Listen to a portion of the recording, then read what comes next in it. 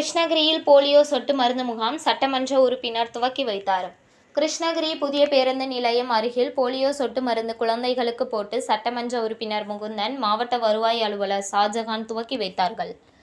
கிருஷ்ணகிரி மாவட்டம் முழுவதும் போலியோ சொட்டு மருந்து முகாம் நடைபெற்று வருகிறது.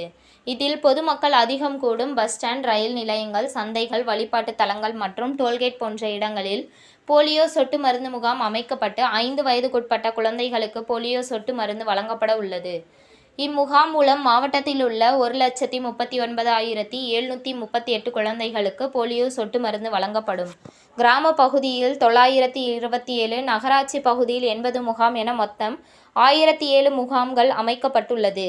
இப்பணிக்காக பொது சுகாதாரத்துறை, கிராம சுகாதார செவிலியர்கள் மற்றும் சுகாதார ஆய்வாளர்கள், ஒருங்கிணைந்த குழந்தைகள் வளர்ச்சி திட்டம், பள்ளி கல்வித்துறை, ஊரக வளர்ச்சி மற்றும் உள்ளாட்சித்துறை, வருவாய்த்துறை, ரோட்டரி சங்கம், மகளிர் சுய உதவிக்குழுக்கள் மற்றும் தன்னார்வலர்கள் என 4108 பேர் ஈடுபடுத்தப்பட்டனர்.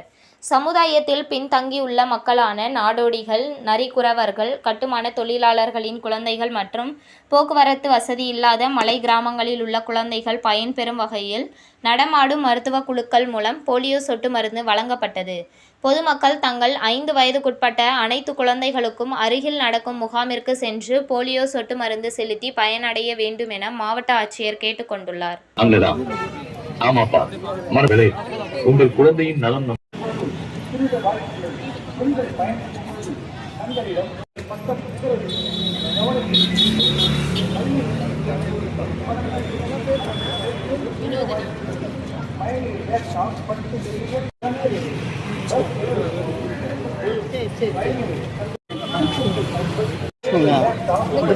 உங்கள் தேடல் நியூஸ் சேனலை லைக் பண்ணுங்க, ஷேர் பண்ணுங்க, கமெண்ட் பண்ணுங்க, ஆல் பெல் பட்டனை கிளிக் பண்ணுங்க, மறக்காம சப்ஸ்கிரைப் பண்ணுங்க.